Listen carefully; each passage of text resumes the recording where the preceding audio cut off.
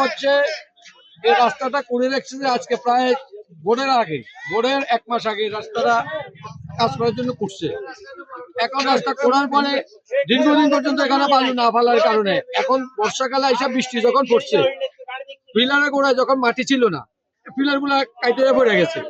এটার জন্য সম্পূর্ণ দোষ হচ্ছে, আমরা দেখতেছি মানুষ কত কষ্ট করছে। রোডসের হাইওয়ে কন্ট্রাক্টর এরা নিজের মন মতো এই রাস্তাগুলো কুড়া রেখে দিচ্ছে, কোনো বালু ফালা নাই, কোনো কিছু ফালা নাই। আমরা ওনাকে নির্বাচনে আগ থেকে কয়েক দফা ওনাদের এখানে তফাদার অফিস আছে এবং হাউজিং অফিস আছে, আমরা কয়েক দফা স্থানীয়ভাবে ওনাদেরকে বলার পরও ওনারা এই যে বালু করার ব্যাপারটা ওনারা এটা কোনো আমাদের কথাটা ওনারা কোনো নিজের গায়ে নেয় নাই, দায়িত্ববোধ নেয় নাই।